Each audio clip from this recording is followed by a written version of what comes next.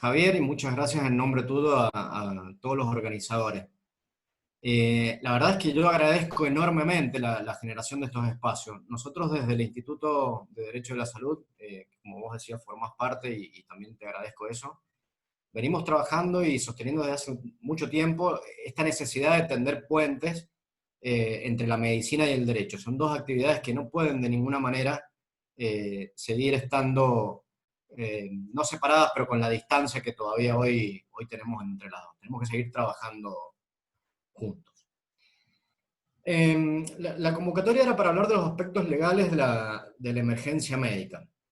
La verdad es que es una convocatoria bastante difícil de abarcar por la complejidad que tiene primero la emergencia médica y después la actividad o el ejercicio profesional en general y puntualmente el ejercicio médico. En la vida de todos nosotros y en todas nuestras profesiones tenemos la posibilidad, por un lado, de generar muchos beneficios. Ustedes con respecto a la salud, nosotros desde la abogacía podemos alcanzar ese ideal de justicia que siempre buscamos, podemos restablecer la salud, digamos, muchos beneficios podemos desde nuestras profesiones alcanzar, pero no estamos exentos a la posibilidad también de provocar algunos daños, de correr algunos riesgos.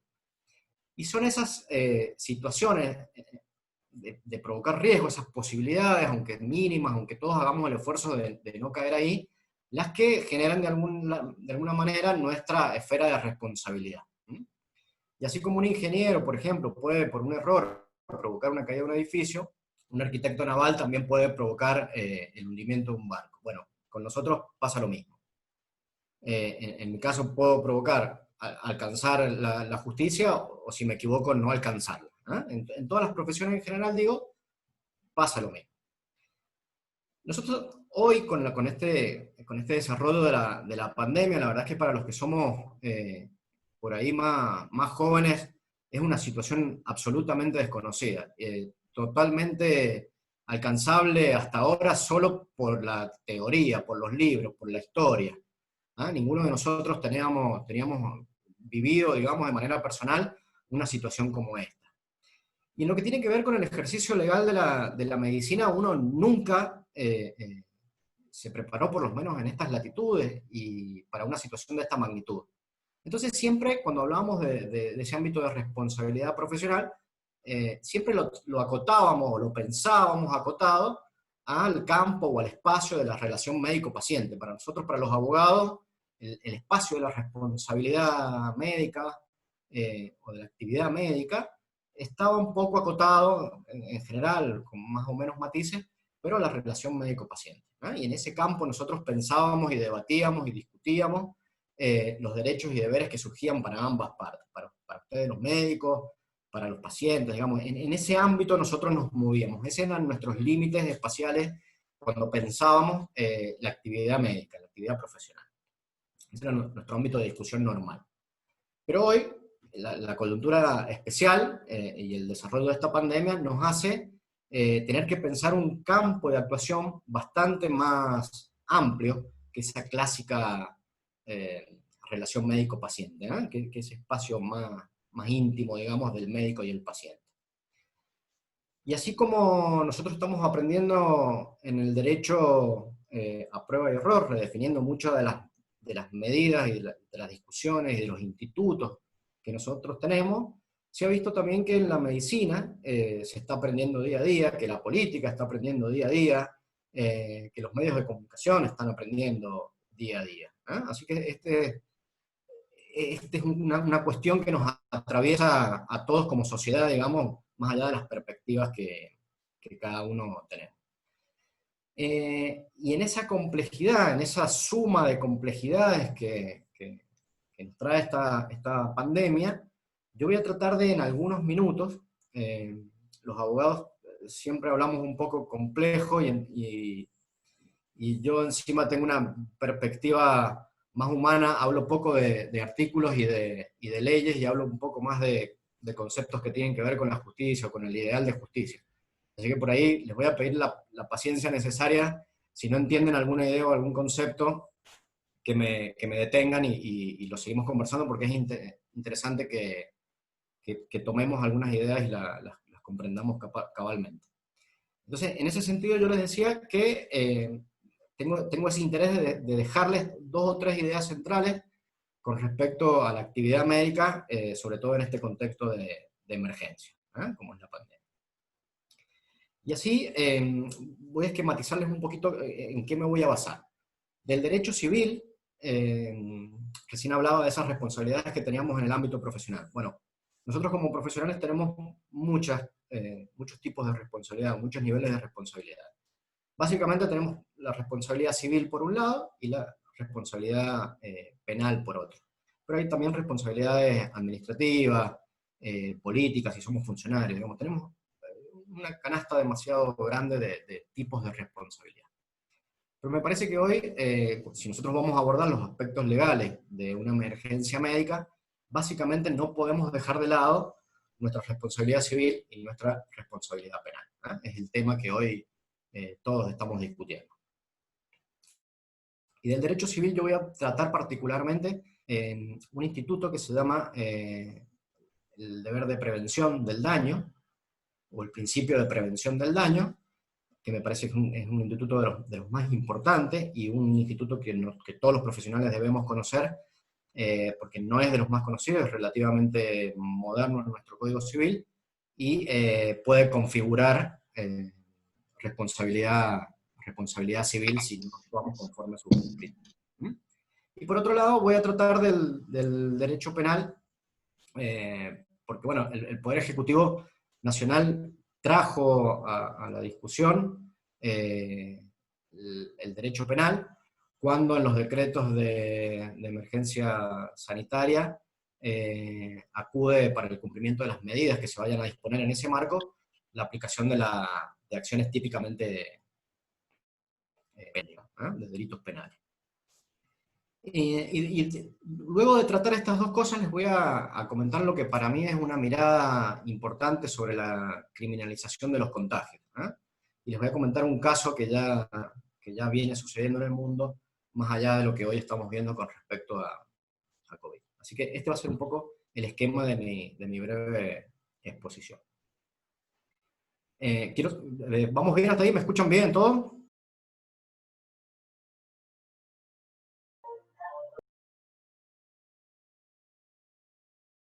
Se escucha excelente, Marcos.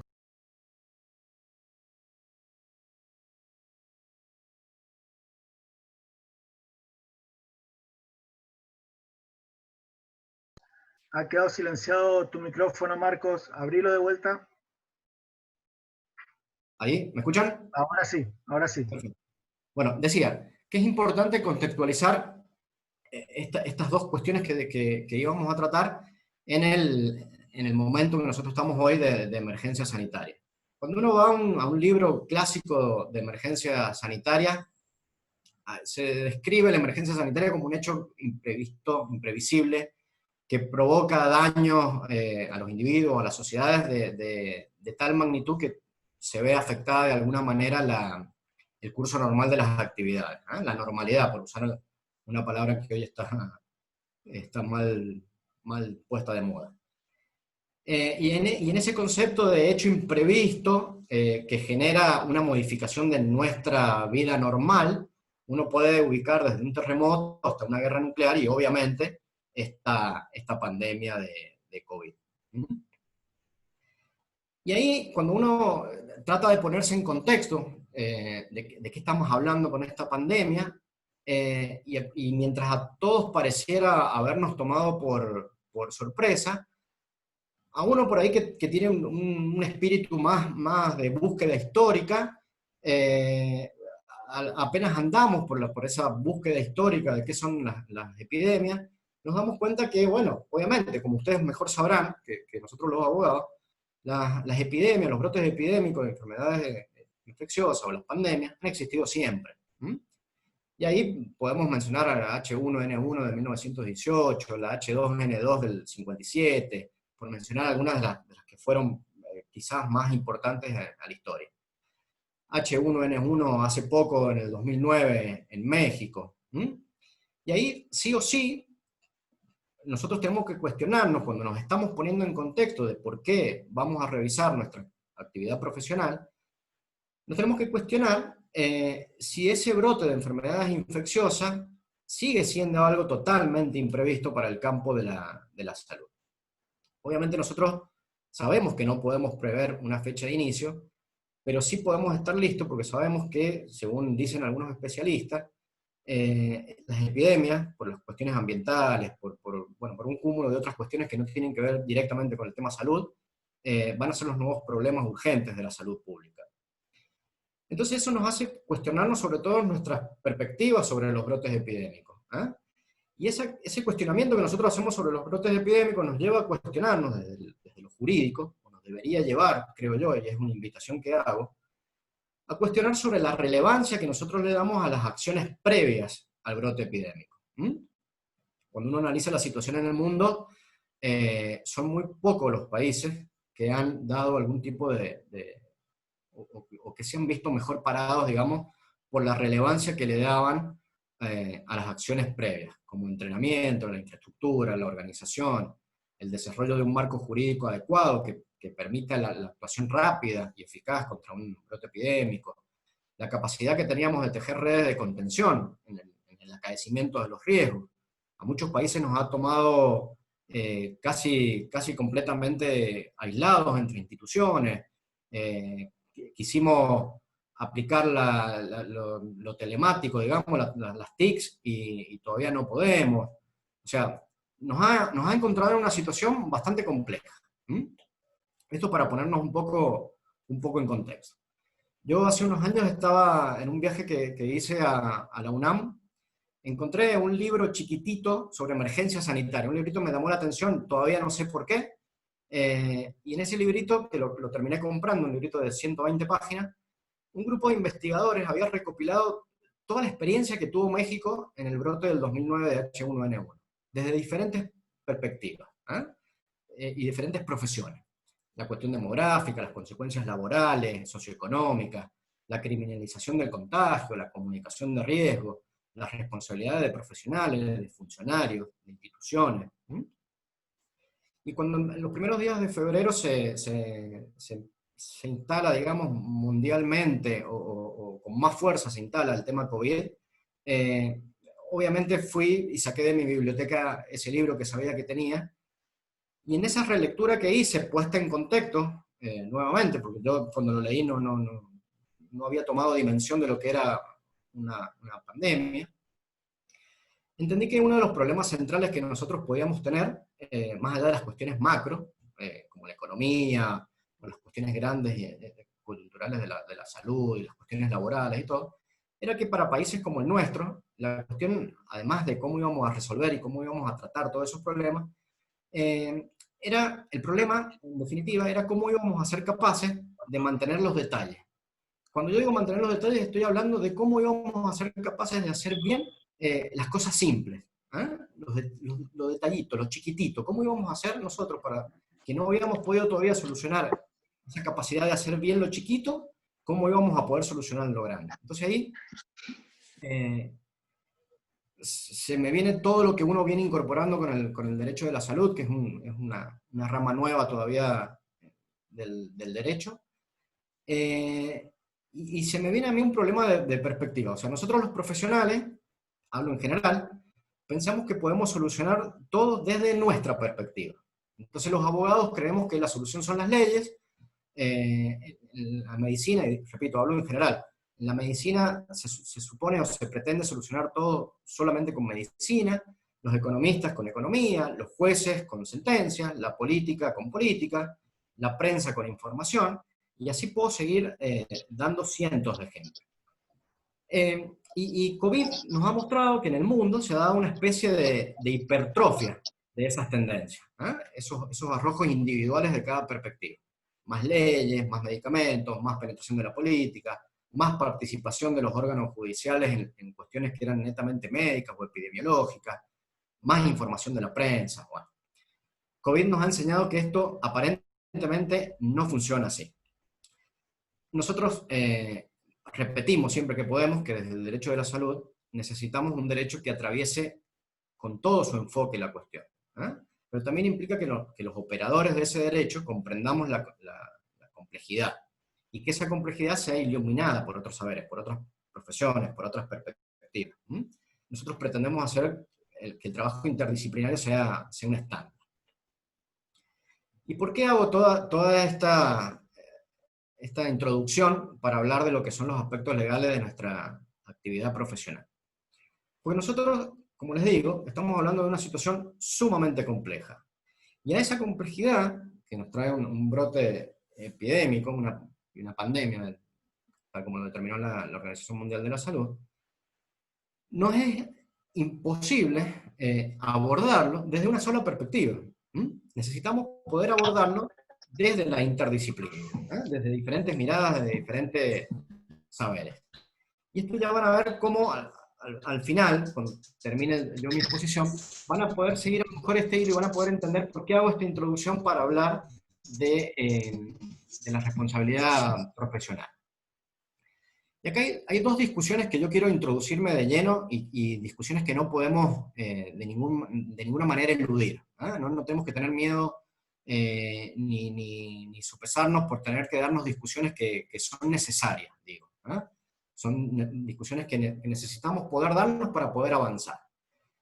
Desde nuestra mirada del derecho de la salud, un despido, por ejemplo, en un hospital, que para muchos puede ser una cuestión netamente del derecho laboral, del derecho administrativo, del derecho penal, según sea la causa. Nombro esto porque son en general las normas que regulan o podrían regular un despido en un hospital. No es lo mismo si ese médico es el único especialista que está acreditado en una determinada especialidad. Entonces, la cuestión ahí no pasa solamente por ser una cuestión laboral y ser una cuestión que pueda solamente abordar el derecho laboral, o el derecho administrativo, o el derecho penal. La discusión es mucho más grande si ese es el único profesional que nosotros tenemos. Si cierra un hospital, si mañana nosotros decidimos cerrar un hospital, por una cuestión económica, por ejemplo, ¿es solo una cuestión administrativa que yo voy a cerrar un hospital? No, por supuesto que no. El cierre de un hospital implica una barrera en el acceso al derecho de la salud, más allá de un montón de cuestiones, como las laborales, como las administrativas, como las económicas. Entonces, hay cuestiones que no pueden ser abordadas desde una sola mirada. Del mismo modo, y esto es una cuestión que está discutiendo hoy por hoy la bioética en el mundo, se está discutiendo, en el hipotético caso que no existan más elementos de protección personal. Hace unos días veía que, hace unos días bastante largos, que Estados Unidos había prohibido a 3M la exportación de barbijos en el 95. China había hecho algo parecido cuando empezó la epidemia. En el hipotético caso que en el mundo no tengamos más acceso a elementos de protección personal, el derecho que los médicos tienen a no atender sin la debida seguridad que dan esos elementos, ¿tiene el mismo sentido? O sea, nosotros podemos seguir discutiendo que no vamos a atender porque no tengamos los elementos, si en el mundo no hay más. Estoy hablando en el hipotético caso de que no hayan más, no de que sean difíciles de comprar o no. Digo, estoy planteando dos discusiones, y espero que se entiendan, que demuestran que no podemos seguir discutiendo los problemas desde una sola perspectiva, porque los problemas asociados a la salud son de una complejidad que nos obligan a tener miradas mucho más amplias. Por eso es necesario, por eso aplaudo, y cada vez que puedo agradezco que se generen estos ámbitos de discusión, ámbitos de puesta en común, en donde nosotros podemos generar estos intereses comunes de cuidado, y creo que es importante esta puesta en común para analizar estos aspectos legales en una emergencia como la que estamos viviendo. Normalmente nosotros cuando hablamos de responsabilidad, o los abogados clásicos cuando hablan de responsabilidad, uno le asigna, en el sentido legal, uno está asignando al menos la existencia de culpas o culpables. Ese es el sentido clásico de la responsabilidad. Pero hoy en el mundo ya se está hablando se está tratando de dejar de lado esa responsabilidad retrospectiva, digamos, esa responsabilidad que mira para atrás, que mira lo que pasó, y se está hablando de una responsabilidad con carácter más político, no en el sentido partidario, sino de actividad ciudadana, en la que podríamos llamar responsabilidad prospectiva, una responsabilidad que mira qué podemos hacer, cómo sumamos, qué debemos hacer, y no solamente quién tiene la culpa, qué pasó atrás.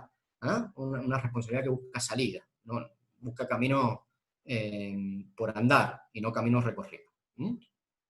Entonces, esto me parece que es una idea, esta es una idea todavía en desarrollo, pero es una idea que me parece interesante contarles, que en el campo jurídico hoy se está discutiendo algunas cosas que tienen que ver, sobre todo desde el derecho de la salud, cómo hacemos para evitar tener que llegar en algún momento a un juicio por responsabilidad civil o a una sentencia penal por un delito contra la salud pública. ¿Eh? Entonces, esta es una perspectiva que nosotros cada vez que podemos tratamos de contarle de que hay otro camino que no es ese camino de culpas y culpables. ¿Mm? Así que, hecho este primer comentario, que pretende ser un llamado de atención, pero también una invitación a que pensemos juntos cómo hacemos para salir de la situación que nos encontramos, voy a pasar ahora a la cuestión jurídica de modo particular, digamos, que es la que nos aboca ahora.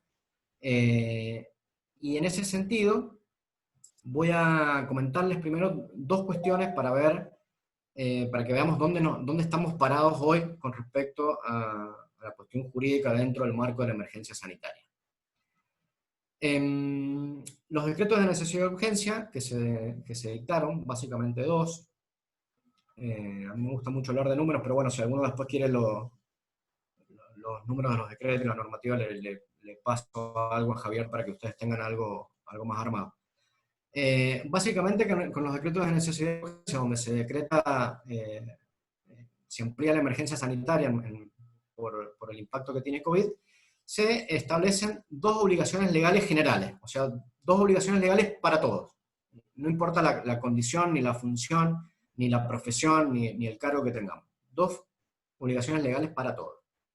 Una es la obligación de reportar los síntomas, que recae sobre todos nosotros tenemos la obligación de denunciar a la autoridad de aplicación la aparición de alguno de los síntomas de COVID-19 y de seguir los protocolos que las autoridades hayan establecido. Esa es una primera obligación que recae sobre todo. Entonces, nosotros tenemos la obligación de reportar síntomas a las autoridades y seguir los protocolos que ellas nos determinan seguir. Esto es como ciudadano. Por otro lado, se determinó el aislamiento obligatorio durante 14 días, o lo que estableciera la autoridad de aplicación, que era el Ministerio de Salud, pero en principio fue 14 días y eso se mantuvo, desde el dictado del decreto se mantuvo así. Se determinó el aislamiento obligatorio para los casos determinados como sospechosos, una determinación que también se dejó abierta, digamos, con el espíritu de hacer la dinámica, y tiene que ver con este aprendizaje de día a día que vamos teniendo nosotros de la enfermedad. El aislamiento obligatorio para los casos determinados como sospechosos, para las personas con confirmación médica de COVID-19, para los contactos estrechos de cualquiera de estos dos casos, y para quienes ingresaban al país desde las zonas consideradas afectadas. Esto es básicamente el núcleo de obligaciones que pesan para todos los ciudadanos en Argentina. ¿Bien? Y que ahora vamos a ver después cómo es que esto termina también teniendo algún tipo de impacto en la actividad profesional. Esto como marco general, digamos. Yo les había comentado al principio que dentro del ámbito del derecho civil yo iba a hacer hincapié sobre todo en el deber de prevención del daño. ¿Por qué voy a hacerles hincapié en el deber de prevención del daño? Porque tratar la responsabilidad profesional implica tratar casos puntuales. O sea, sería muy difícil que yo les hablara de la responsabilidad profesional médica en general, sin conocer mucho el tipo de profesiones que ustedes, el tipo de especialidad que ustedes tienen, porque los casos son diferentes y hay distintas cuestiones. Y sobre todo porque en los aspectos legales generales, digamos, también está comprometida de algún modo nuestra actuación profesional vía el deber de prevención del daño. O sea que no solamente estamos hablando de cuestiones que tengan que ver con la responsabilidad profesional, sino que estamos hablando de cuestiones un poco más generales. Entonces me parece importante comentarles un poquito cómo funciona este deber de prevención del daño, ¿no? Que es un instituto del derecho civil. Este principio, ¿qué dice? Dice que toda persona tiene el derecho de no ser víctima, es decir, no sufrir un menoscabo en su patrimonio o en su espiritualidad, en sus intereses, de mano de nadie. Y este principio tiene una contracara, un reverso, digamos, que es el deber legal, que tenemos también todas las personas, de evitar causarle al otro un daño. Y si causamos un daño porque no pudimos evitarlo, estamos obligados a mitigar sus efectos o no agravarlo, por lo menos. Entonces, tenemos derecho a que no nos causen un daño, y tenemos el deber de no causar el daño. Si lo causamos por alguna causa, de mitigarlo, y si no podemos mitigarlo, de no agravarlo. Esto es el instituto del deber de prevención. Para que se configure la responsabilidad de cualquiera de nosotros en base a este instituto, se requiere primero el peligro de lesión, la situación de amenaza, digamos, o el agravamiento de un daño. Que estando la circulación del virus entre nosotros, eso ya por sí genera ese peligro o amenaza de daño que la ley prevé. Pero además, para que eso sea reprochable desde el derecho, digamos, esa posibilidad de daño sea reprochable desde el derecho, sea responsabilizable a alguien, se necesita que la conducta que genera ese daño sea antijurídica. ¿Qué significa que sea antijurídica? Que sea ilegal, que vaya en contra de alguna normativa. Que no estemos exceptuados por alguna normativa a poder provocar ese daño. Y después necesitamos que haya una relación entre esa acción que provoca el daño, o esa omisión por la que provocamos el daño, y la situación posible de daño, o la no mitigación del daño, o el agravamiento del daño. ¿Verdad? Un peligro con una acción que sea ilegal, antijurídica, y una relación de causalidad entre la acción antijurídica y la posibilidad de provocar el daño. ¿Bien? Esto es el derecho civil. Como les decía, este deber es un deber que nos aplica a todos. Pero ¿qué puede pasar, qué puede llegar a pasar en el caso de los profesionales de la medicina? Se les puede exigir, en el análisis de los contextos en donde esto ocurre, se les puede exigir un mayor deber de diligencia, un mayor deber de cuidado, un mayor deber de adoptar las medidas necesarias para que esos daños no ocurran, y que, o si ocurridos, que se puedan mitigar, y si no se pueden mitigar, por lo menos un mayor deber de diligencia en disminuirlo, o en evitarlo. Entonces, para que se entienda, primero voy a dejar de lado el supuesto de que una persona persigue con ánimo o con voluntad causar un daño. Eso está previsto en el derecho, pero no me parece que sea lo que nosotros debamos hoy o ahora tratar. En todo caso, después les voy a hacer una aclaración, pero no me parece lo importante. No creo que ninguno de nosotros, y no creo ser ingenuo tampoco, no creo que ninguno de nosotros salgamos a la calle con ánimo de provocar daños. Eso la verdad es que no lo creo. Que hay casos puntuales, son casos puntuales que deberá contextualizar y estudiar la justicia, pero en general no creo que nadie salga con ese ánimo. Entonces, sí creo que hay algunas situaciones, como les decía recién, que por estos deberes de diligencia o deberes de cuidado, nosotros podemos, a veces, sin darnos cuenta, sin ser conscientes, estar provocando un daño. Entonces, es lo que quiero que tengamos claro cómo funciona.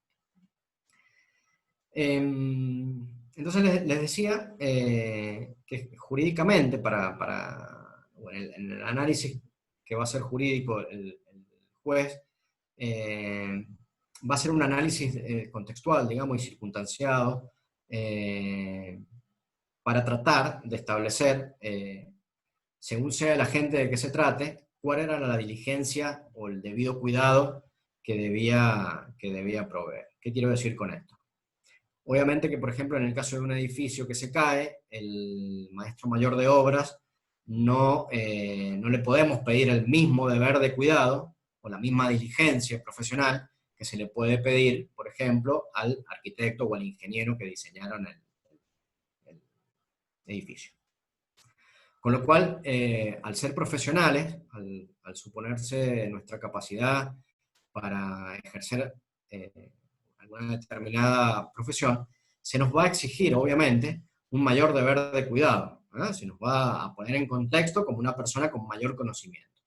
Ahora, esto lo voy a decir para tranquilidad de todos. Tampoco es que se nos puede exigir desde el derecho, no se hace. Cuando uno analiza las causas de responsabilidad civil, por ejemplo, es tan chiquita la cantidad de causas con condenas a médicos que la verdad es que ese mito o ese falso problema de la responsabilidad de los médicos se parece más a una necesidad mediática, y me hago cargo de lo que digo, de generar un problema donde no lo hay. La verdad es que cuando uno analiza los estudios sobre responsabilidad profesional médica, es muy poquita, o son muy poquitas las causas que llegan a tener sentencia. Y cuando uno ve las causas que llegan a tener sentencia, la verdad es que son errores que no tienen mucha justificación. Son cuestiones demasiado graves como para que el derecho deje de atenderlas, digamos.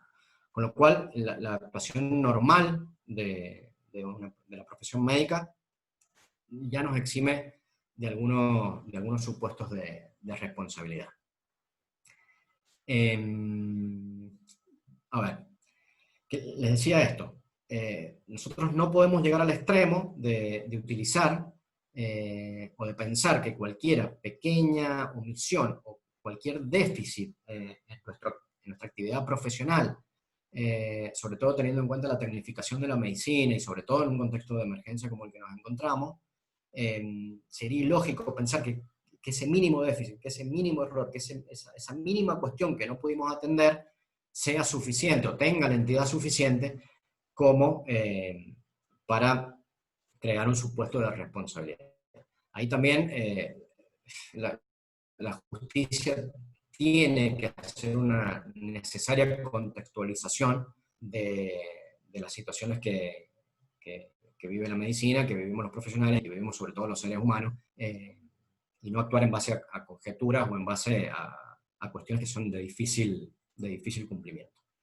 Y en ese sentido, algo que los cubre a ustedes es lo que se denomina en el ámbito jurídico como lex artis. Esto es un concepto clave para entender el campo de la responsabilidad en el ámbito civil de los profesionales de la medicina. La lex artis es lo que engloba un montón de cosas, pero básicamente la lex artis es lo que se hubiese pedido, o el comportamiento normal, promedio, que se hubiese pedido a un buen profesional. Un profesional promedio, que esté capacitado para atender una determinada situación. Es un conjunto de conocimientos que tiene la ciencia en determinado momento y lugar, porque tampoco es lo mismo la lex artis en Argentina que en Taiwán. Va variando, depende del lugar, el contexto, las situaciones, los recursos con los que tenemos y demás. Entonces estas reglas del arte, o la lex artis, son, como les decía, estas actitudes, estos conocimientos que nosotros aplicamos diariamente a nuestro ejercicio, y que hacen que socialmente seamos reconocidos como ejercitando una determinada profesión. Yo tengo un cúmulo de capacidades y conocimientos que me identifican en la sociedad como abogado, a los ingenieros les pasa lo mismo, y a ustedes los médicos les pasa lo mismo. Un cúmulo de actitudes, conocimientos, que hacen que nosotros seamos identificados como médicos. Esto es un médico, una persona que sabe hacer esto, un abogado sabe hacer esto y esto. Entonces, en ese sentido, y para su tranquilidad, una supuesta negligencia de un médico no es, digamos, o escapa a la diligencia que se le debe pedir a un súper profesional. La diligencia que se espera de todos nosotros no es la de un súper profesional. La justicia no evalúa nuestros errores, si se quiere, o nuestra responsabilidad a la luz de un súper profesional.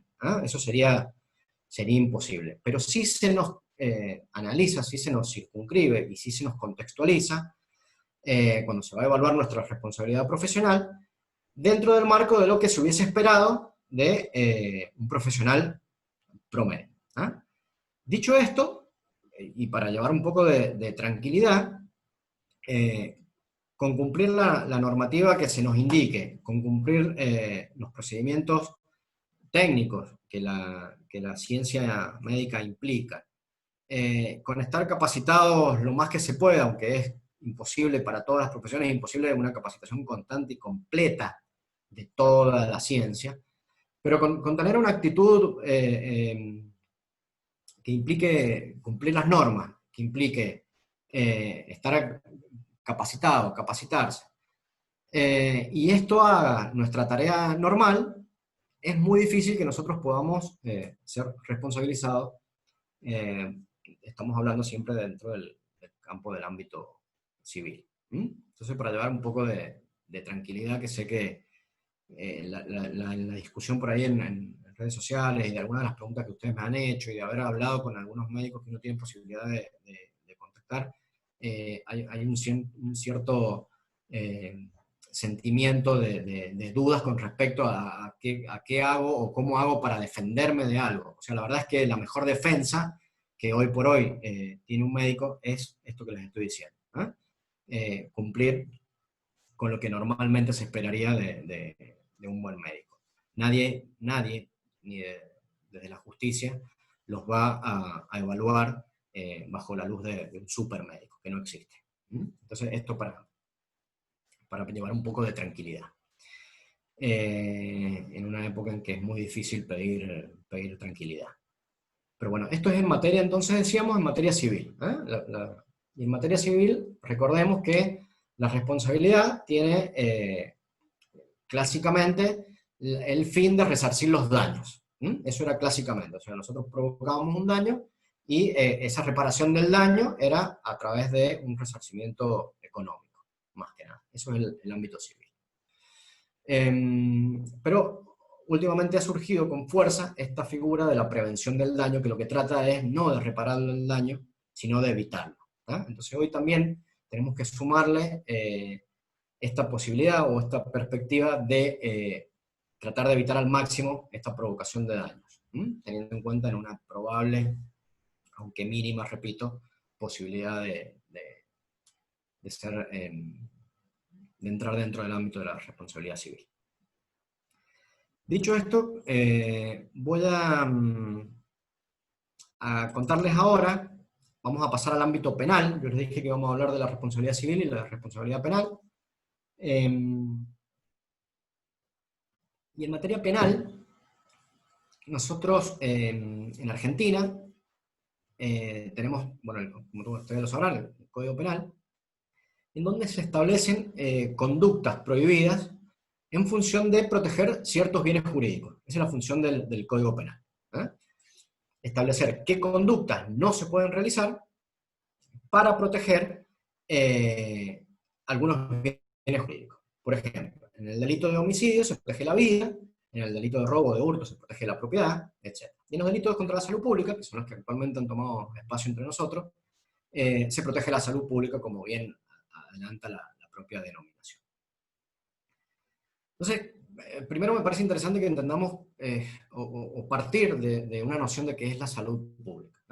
Hay muchos conceptos sobre salud pública, incluso hoy se habla también de salud colectiva más que de salud pública. Y en ese sentido, la salud pública para algunos es la suma de las saludes individuales, formarían esa salud colectiva, o para otros la salud pública es un interés supraindividual, por encima de nuestro interés individual de salud, que tiene titularidad colectiva. Pero para la mayoría no es una cuestión que particularmente se enfoque en la afectación de las personas, o la afectación dañosa de las personas y su salud en términos individuales, sino que apunta a esas aptitudes o esas posibilidades de poner en peligro riesgos colectivos. Entonces, estos delitos contra la salud pública lo que tratan es básicamente de proteger ese peligro en términos colectivos. Y básicamente hoy estamos discutiendo dos, en San Juan, y en Argentina se están discutiendo básicamente dos. Uno es el delito de propagación de enfermedad peligrosa, del artículo 202 del Código Penal. Este delito de propagación de enfermedad peligrosa dice que será reprimido con prisión o reclusión de 3 a 15 años el que propagara una enfermedad peligrosa y contagiosa para las personas. Este es un delito en el que podemos cometerlo cualquier persona, no hace falta que sea médico, no se requiere una cualidad o una calidad especial en la gente que lo comete, todos podemos cometerlo.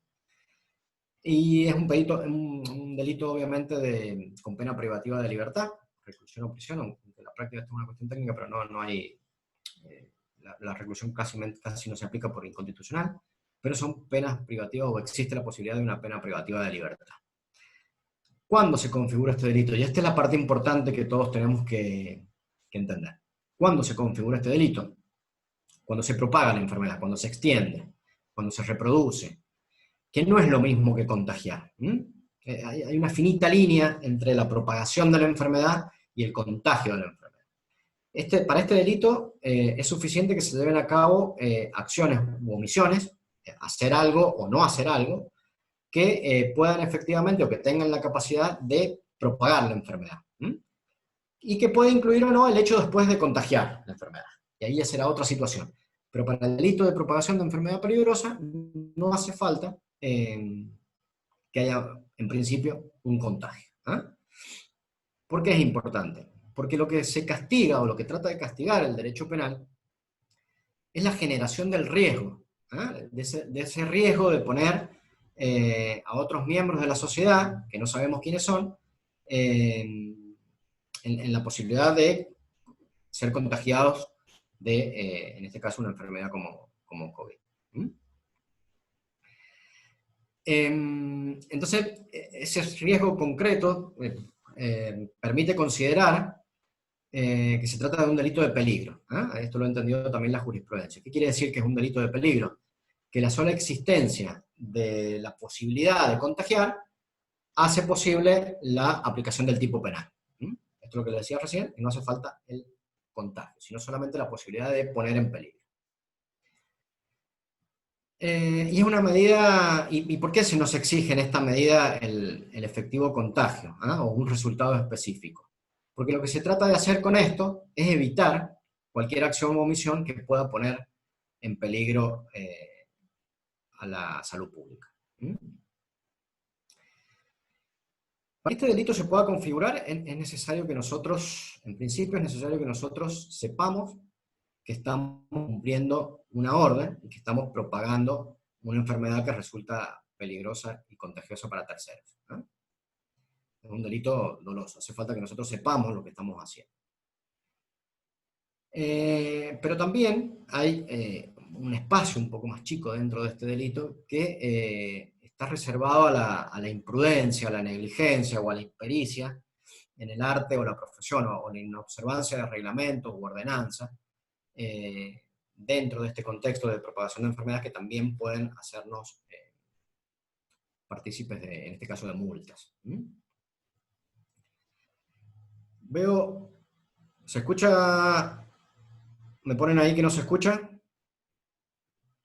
¿Javier? Se escucha bien, tienen que, a ver, Tito, Graciela, fíjense la configuración, que estamos escuchando bien. Perfecto, ahí me ponen que sí se escucha, me habían puesto que no se escuchaba. ¿Está? Entonces, este delito de propagación de enfermedad peligrosa es un delito que consiste básicamente en la posibilidad de propagar la enfermedad, independientemente si la propagamos o no. Y esto es algo de las cuestiones que hoy se están discutiendo. ¿Bien? El otro delito que hoy se está discutiendo en Argentina es el delito de violación de las medidas oficiales para impedir la introducción o propagación de una epidemia. ¿Bien? Delito de violación de medidas oficiales para impedir la producción o propagación de una epidemia. ¿Qué dice el Código? Que será reprimido con prisión de 6 meses a 2 años el que violare las medidas adoptadas por las autoridades competentes para impedir la introducción o propagación de una epidemia. En este caso, la acción típica, o la acción que nos hace responsables penalmente, es la violación de cualquier medida oficial adoptada, en el sentido de impedir la introducción o propagación de una epidemia. Estas medidas oficiales que enuncia el Código Penal forman parte de un espectro amplio de medidas. Pueden ser normas, pueden ser leyes, ordenanzas, pueden ser reglamentos, protocolos, pueden ser nacionales, pueden ser provinciales, municipales. La idea que tiene el Código Penal con este artículo es dejar abierta la definición, digamos, de la violación a una medida determinada. Y en este caso, ¿cuál sería esa medida determinada que implica o completa, digamos, de alguna manera esta acción? El decreto 260 del 2020, que dice que debemos cumplir con el aislamiento obligatorio en los supuestos que les mencioné, y la necesidad de acatar las órdenes o medidas que dispone el Estado Nacional, los Estados provinciales, los Estados municipales. No hablamos de cualquier medida en este contexto de emergencia, digamos, no estamos hablando de cualquier medida, sino de medidas específicamente tomadas para evitar la propagación de la enfermedad. O sea, dentro del contexto de emergencia nosotros no podemos ser responsabilizados bajo este artículo, y esto que quede claro, no podemos ser responsabilizados bajo este artículo por incumplir normas que no son específicamente dirigidas a evitar la propagación de la enfermedad. En todo caso, podemos ser responsabilizados, o nuestra responsabilidad puede ser fundada en otros artículos, pero no en este, sino son normas específicas que tengan que ver con la propagación de la enfermedad. Entonces, de este modo un poco nuestra actuación, digamos, y las prohibiciones que nosotros hoy, dentro de un contexto de emergencia tenemos, son definidas por las autoridades de aplicación de las medidas de la emergencia. ¿Bien? Y son esas acciones y esas prohibiciones las que van a ser, en definitiva, las que nos puedan traer algún reproche penal. ¿Bien? Este también es un delito, como les decía recién, que no necesita una condición especial para ser autor. No hace falta que una condición específica, digamos. Bueno, dicho esto, y en términos prácticos, digamos, el que quebranta, por ejemplo, la medida de cuarentena, se expone a contraer la enfermedad. Y de alguna manera también expone, al expandirla, o en la posibilidad de expandirla a otros integrantes de la sociedad, esta situación, digamos, es la que trata de evitar la norma, que esto se pueda expandir, porque estamos en una emergencia sanitaria de características epidémicas. Entonces, este es básicamente la acción riesgosa que jurídicamente el Estado está tratando de desaprobar, esta posibilidad de transmitir el virus. Bueno, ¿vamos bien hasta acá con el tiempo, Javier? Y nos queda un rato más como para las preguntas, pero vamos bien. Perfecto, me queda poquito igual. Bueno, acá hay algunas cuestiones técnicas, pero las vamos a dejar para después. Entonces, dijimos que para que se configure el delito previsto, este último delito previsto en el artículo 205, se puede hacer por acción o por omisión. No respetar las normas o las medidas adoptadas por las autoridades competentes para que se introduzca o propague, o dejar de hacer algo.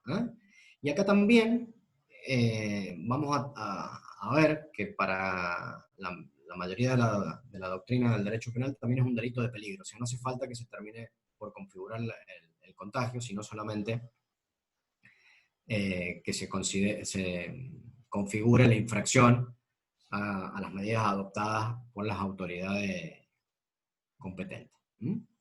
Con lo cual resulta en principio irrelevante si la infracción produce o no produce la propagación de la epidemia. O si alguien resulta afectado en su salud individual por este proceder. Hablamos de estas dos porque son quizás las más importantes. Son las más importantes sobre todo porque están establecidas así, como las sanciones que prevé el decreto de 260, en el caso de incumplimiento de las medidas que tengan que ver con la propagación y contagio de COVID.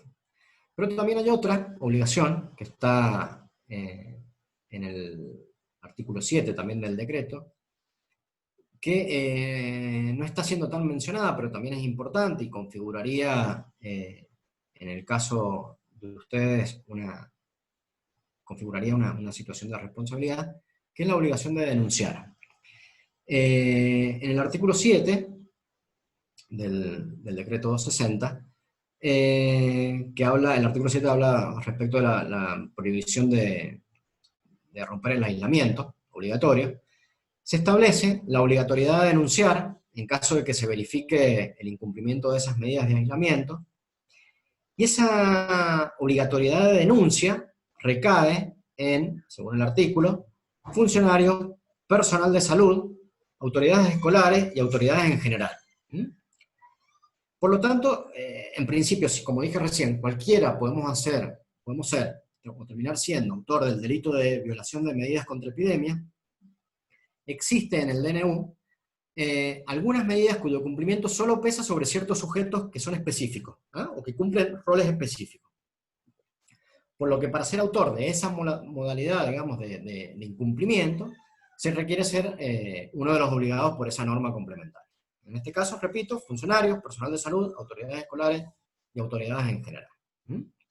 Tienen la obligación de denunciar cualquier incumplimiento que puedan llegar a su conocimiento respecto del aislamiento obligatorio.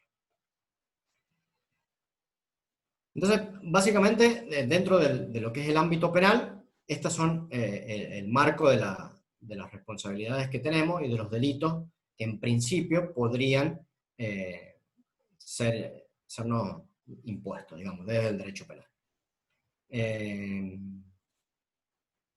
Por supuesto que según las consecuencias que tenga esta propagación, como les decía recién, en principio no importa que se contagie o no se contagie la enfermedad, pero obviamente si la enfermedad se contagia y se configura otro delito, la situación cambia y estaríamos hablando de otros artículos.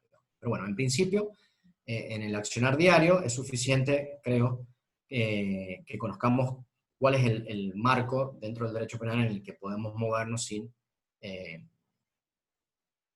llegar a que se nos pueda responsabilizar penalmente, digamos.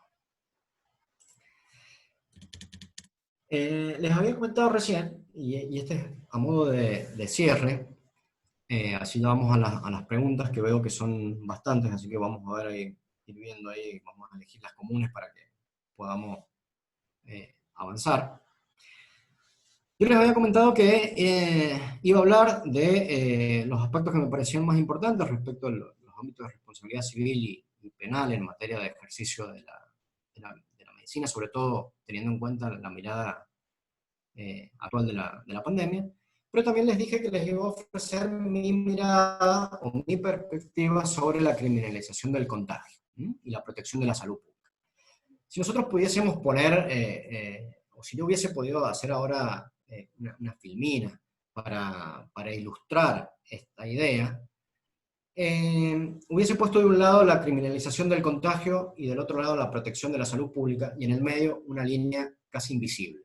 O sea, ¿qué quiero decirle? Entre los supuestos que criminalizan un contagio, o el supuesto de criminalizar un contagio, y la protección de la salud pública, en verdad, hay una línea demasiado fina.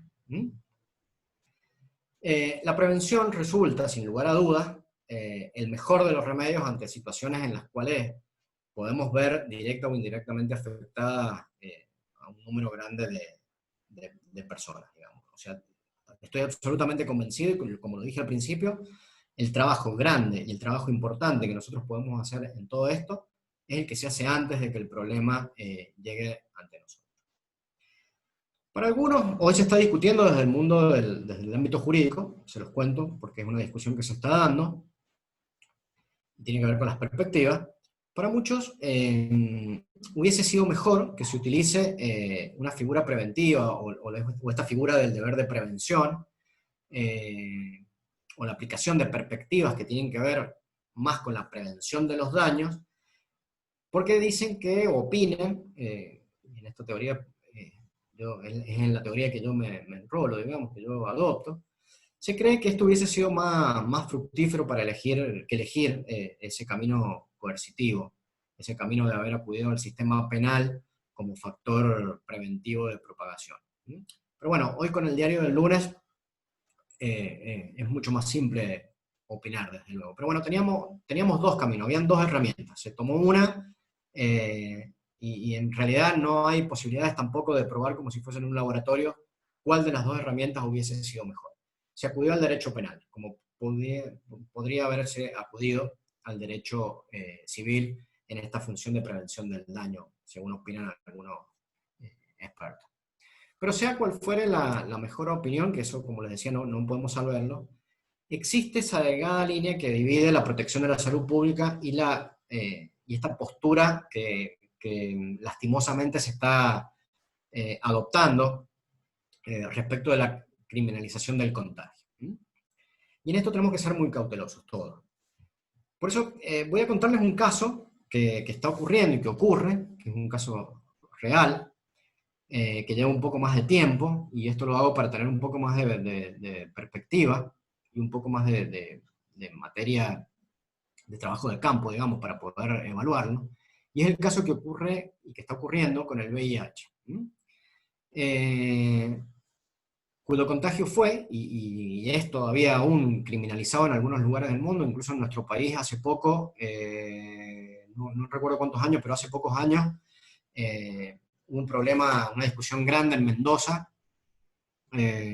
porque se lo quería introducir como, se lo quería criminalizar directamente a través de una legislación. La evidencia científica en el mundo dice que la criminalización del VIH, sobre todo, que es por ahí la enfermedad que más se ha estudiado respecto a esta criminalización, la evidencia científica dice que se provocan más daños criminalizándolo que los daños que provoca el virus en sí mismo. Estamos hablando en términos de impacto en salud pública. Se ha determinado que lo que aumenta los testeos y las consultas de pacientes con VIH en mayor medida que la criminalización o las obligaciones legales de tener que cumplir ciertos protocolos, de avisar, de testearse, de todo, lo que aumenta, se ha determinado, ese mayor acercamiento del paciente, esa mayor adherencia a los tratamientos y la mayor cantidad de testeos, ha sido la confianza en el sistema sanitario. Y un cúmulo de medidas que estaban dirigidas en ese sentido. Todas esas medidas eran más eficaces en términos de salud pública que la criminalización. Obviamente que no estamos hablando acá de los contagios dolosos, de los contagios con ánimo de contagiar, que también son casos excepcionales que hay, ese contagio con ánimo de provocar un daño. Yo recién decía que no creo que sea la situación que nosotros estamos viviendo hoy con respecto a COVID. Nadie sale a contagiar con ánimo de provocar un daño. El aumento de los contagios de VIH, que son los casos que están más estudiados, como de COVID, la mayoría del aumento de los contagios no se da entre los que saben que son portadores. En general, lo que se estudió en el caso del VIH es que los que se sabían portadores tenían una tendencia a tener más cuidados y por lo tanto a contagiar menos que los que no se sabían portadores. Con lo cual ahí los especialistas ven una especial importancia en la cercanía que el paciente podía tener y en la posibilidad de aumentar los testeos vía esta confianza que podíamos generar con el paciente. Las consecuencias en materia de estigmatización y discriminación son brutales. Lo fueron con el tema del VIH y no se asemejan en nada a la búsqueda de justicia o protección de salud pública que nosotros tenemos en idea, en cabeza. Evidentemente el camino no es ese. Y este es un trabajo este trabajo nuestro, por lo menos desde el Instituto de Derecho de la Salud, y por eso nosotros hablamos tanto de generar estos espacios de convivencia comunes, es la idea de generar esos conflictos que las leyes o la ciencia no pueden resolver. Es una tarea de humanos, no es una tarea de científicos, de políticos, de médicos, de abogados, una tarea de humanos. Con lo cual, en este problema, digamos, que hoy estamos envueltos de criminalizar los contagios, es un problema que nos envuelve a todos y que nos interpela a todos, no solamente como profesionales, sino también como humanos, ¿no?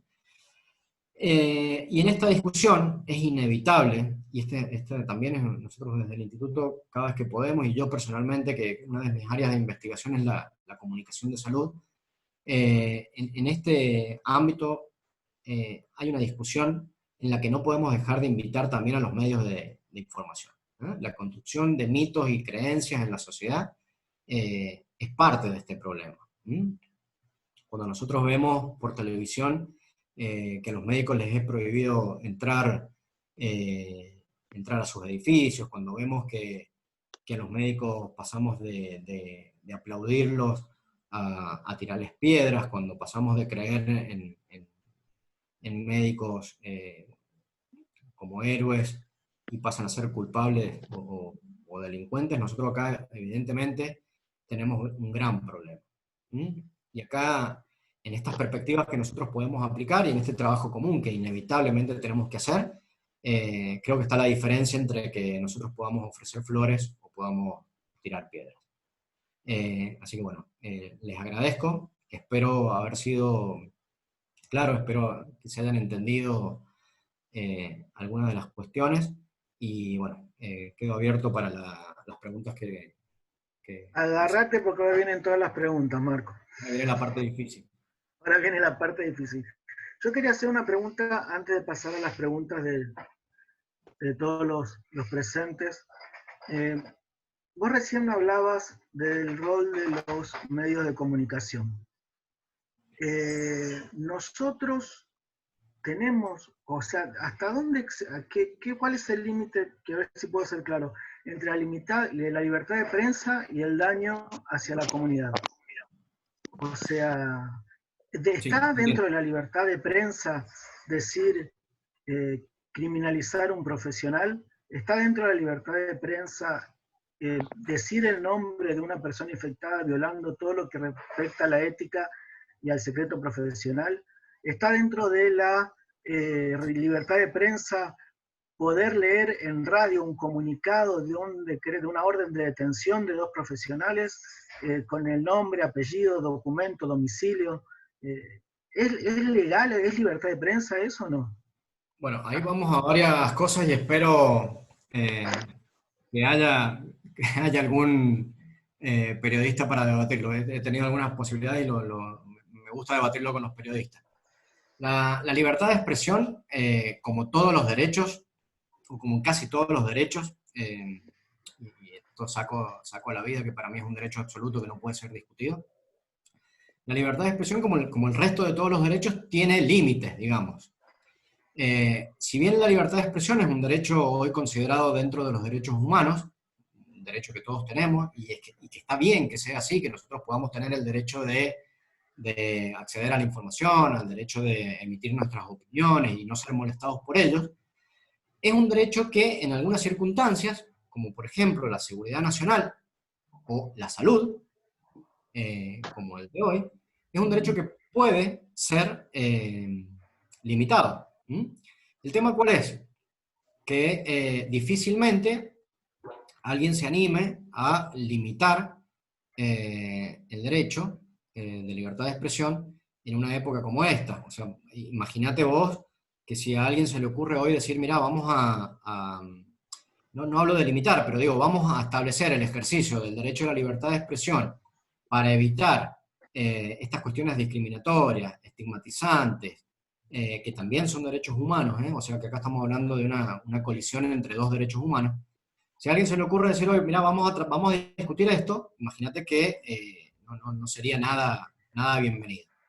Desde lo jurídico, la posibilidad existe de limitar el derecho de libertad de expresión, y si vos me permitís mi opinión, yo creo que necesitamos urgente, y el mundo ha dado cuenta de eso, necesitamos urgente discutir, por lo menos, y tomar una decisión como ciudadanos, qué vamos a hacer con la información que nos llega, con la información que somos capaces de comprender.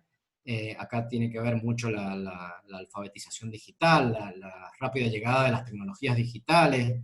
En un mundo altamente comunicado, cualquiera se da cuenta que en realidad estamos más descomunicados o desinformados que informados, y esto hoy nos está provocando daño. Y COVID ha sido una muestra enorme y real de la cantidad de daños que puede provocar los problemas de comunicación y decir lo que se me ocurre, ¿no? Así que no es un derecho que pueda ser eh, dejado de lado, digamos, hay que prestarle atención. Gracias, Marcos. Patricia, ¿estás por ahí?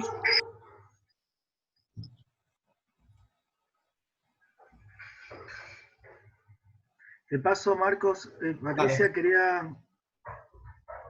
Patricia, ahí te veo. Parece que tiene unos problemas con el micrófono. Acá nos pregunta, una de las preguntas que tenemos es si podemos negarnos a actuar si los elementos de protección no son los aprobados por la Organización Mundial de la Salud o entidad sanitaria. Bueno, eso yo lo introducí al principio de manera dilemática. Hay dos posturas en el mundo hoy. Yo les cuento lo que hoy está pasando y después vemos qué podemos llegar a hacer y cuál es mi opinión. Hoy en el mundo hay dos posturas. Hay una postura, sobre todo de la Organización Médica Mundial, que dice que el médico bajo ningún punto de vista puede negarse a prestar atención, en ninguna circunstancia, incluso ni siquiera en una urgencia. ¿Ah? Eso es una postura. Hay otra postura que habla del médico en una posición en donde la sociedad le estaría debiendo, por el riesgo que asume en una urgencia, por ejemplo, o en este caso, hablemos de COVID, es el mejor ejemplo. Hay otra postura que dice que el médico, al asumir este riesgo por atender, le es debido, por la sociedad, digamos, el acceso a determinadas condiciones de seguridad. ¿Bien? Y en ese sentido, esta otra postura dice que, por ejemplo, los médicos tendrían acceso prioritario, por ejemplo, a un respirador artificial en caso de, y esto ya me meto en cuestiones bioéticas, pero esta postura dice que el médico tendría acceso prioritario, por ejemplo, a un respirador artificial en el caso de necesitarlo y de que no hayan más. Esto tiene que ver con la cuestión de asignación de recursos en emergencia. Y en el caso de los elementos de protección personal, esta otra postura dice que el médico sí puede negarse a atender si no tiene los elementos de protección personal. ¿Cuál es mi opinión? Mi opinión es que, por eso yo planteaba al principio una cuestión un problema de máxima, que es la imposibilidad mundial, digamos, de acceder a elementos de protección personal. Quizás hoy hay una dificultad en acceder a los elementos de protección personal, pero creo que esa imposibilidad no es total, digamos. Con lo cual, creo que en un contexto como el que estamos viviendo, deberíamos maximizar nuestros esfuerzos para que esos elementos de protección personal estén. Y también creo que en esa cuestión de máxima de que sea imposible conseguirlos, debemos darle la posibilidad a los médicos que sea una decisión personal, que esa decisión personal no sea judicializada ni criminalizada, nada de atender o no, digamos. O sea, yo personalmente soy partidario de que las personas no estamos obligadas a asumir un riesgo. La profesión médica es una profesión muy riesgosa, pero si nosotros de algún modo, jurídicamente o políticamente, pretendemos llevar la profesión médica a una jugada de todo o nada, creo que difícilmente alguien después de esto quisiera ser médico, digamos. O sea, son condiciones muy peligrosas de establecer. Así que yo particularmente considero primero que se deben agotar todas las instancias de conciliación, de discusión, los esfuerzos comunes, por encontrar los mejores caminos, aún en el caso de que no hayan, y hay países y hay ejemplos que nos muestran que la creatividad se ha puesto al máximo, digamos, para encontrar salidas cuando los elementos de protección no estaban. Y si no hay forma de que haya elementos de protección personal, yo creo que son decisiones personales y de ningún modo la No hay justicia forma. debería interponerse en esa decisión personal. Patricia, ¿estás por ahí? ¿Te puedes abrir el micrófono? Patricia Díaz. Sí. ¿Ahora me escuchan? Sí, sí, Sí. te escuchamos. Bien, muchas gracias. Muy claro y muy interesantísimo lo que has contado, Doc. Mi pregunta es, la pregunta creo de muchos profesionales, que asistiendo a pacientes en áreas con pacientes que se saben que tienen COVID, como puede ser el tercer piso del hospital, luego de atender allí al día siguiente, en su consultorio privado o trabajando en otra entidad sanatorial, como es el caso de los terapistas, inadvertidamente, por accidente, obviamente, pueden terminar estando infectados con el riesgo de transmitir esto a otros pacientes en su consultorio privado o en otra entidad sanatorial. En ese escenario, ¿cabe alguna responsabilidad? Porque en este momento, a nivel provincial, hay un vacío, no hay una normativa clara de que esos profesionales no deban trabajar por 14 días, etc.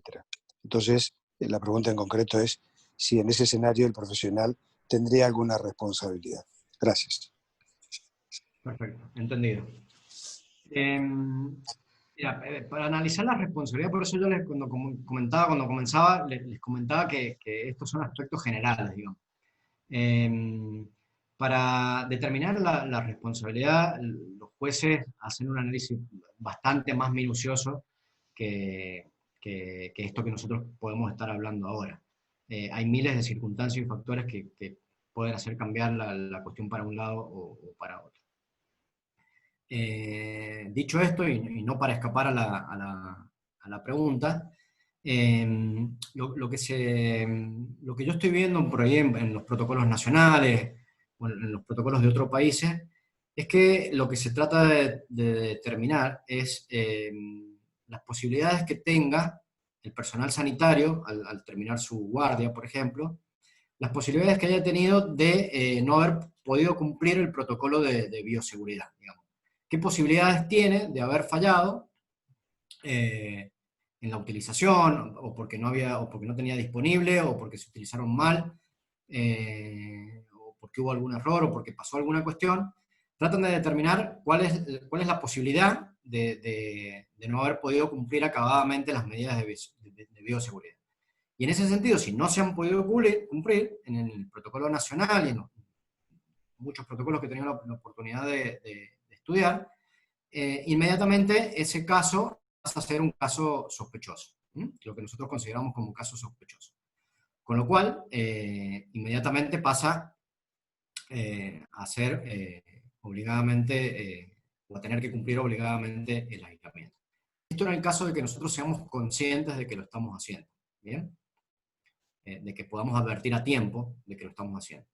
Ahí entraríamos en la posibilidad y en la obligación nuestra, que recién les comentaba, de notificar a la autoridad que, bueno, mira, no pude, no sé, se me salió el barbijo, estuve más de 15 minutos en contacto con el paciente a menos de 2 metros y no pude cumplir con las medidas de bioseguridad, y autoexcluirse solo del sistema sanitario para evitar la propagación del virus. ¿Ah? Esto es una posibilidad, saberlo.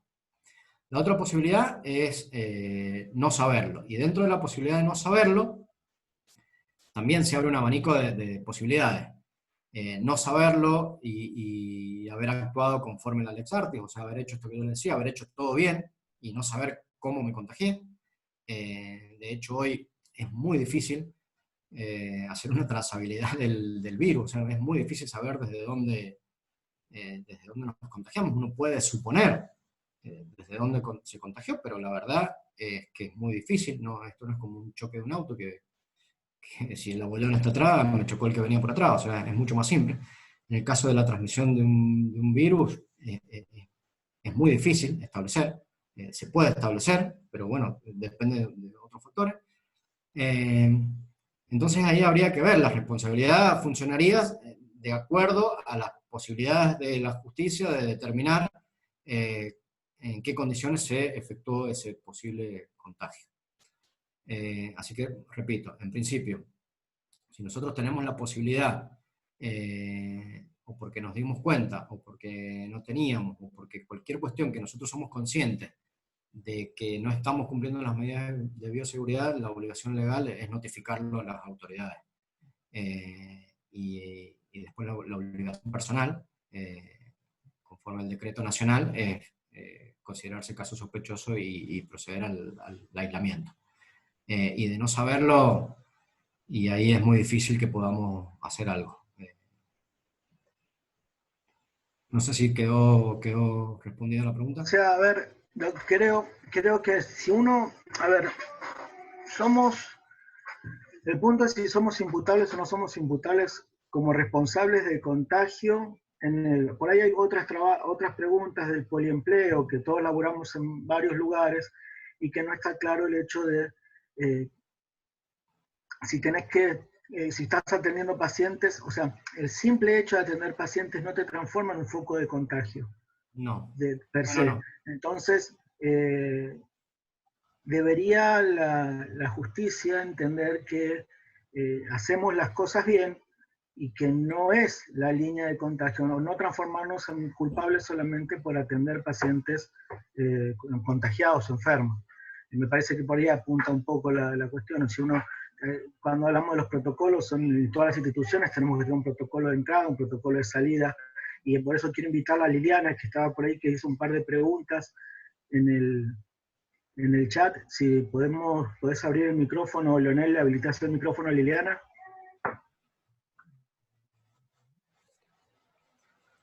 Sí, tal cual. Bueno, mientras esperamos a Liliana, para poner un poquito más de luz, a ver, el simple hecho de trabajar en un área COVID no debería ser suficiente para ser responsable de la propagación del virus. Hay otras condiciones que deben tenerse en cuenta, que la justicia lo deberá tener en cuenta. Y tiene que ver con esa delgada línea que tenemos que tener en cuenta todos entre proteger la salud pública, protegernos nosotros y no terminar siendo criminales, que creo que nadie no es el ánimo de nadie, digamos. Totalmente. Ahí se la he perdido de vista. Verónica, ¿querés abrir el micrófono para hacer una pregunta? Sí, hola, ¿cómo estás? Nosotros, ¿se escucha? Sí, perfecto. Se escucha excelente. Sí. Bueno, maravilloso. Hola, buenas tardes. La verdad es que nos aclaras o nos ayudas a pensar de distinta manera en muchos miedos, como vos decías recién, que tenemos a partir de situaciones específicas que se han dado en los últimos días en nuestra provincia. Con respecto de los equipos de protección personal, que veo que había una pregunta en la que decía si los equipos no reunían las condiciones que debían tener según la Organización Mundial de la Salud. Nosotros, quienes trabajamos en emergencias, tenemos una prima que dice que si el área no está protegida, nosotros, si vamos a asistir a un paciente durante una emergencia, no estamos obligados a entrar y participar de esta situación, que si bien en ese momento involucra al paciente, quien sería en ese momento el paciente, y puede comprometer su vida gravemente, quienes vamos a asistir a esa situación, no estamos obligados a entrar mientras el área no está asegurada, se llama. En este caso, sería algo símil, me parece, según lo que mi forma de ver.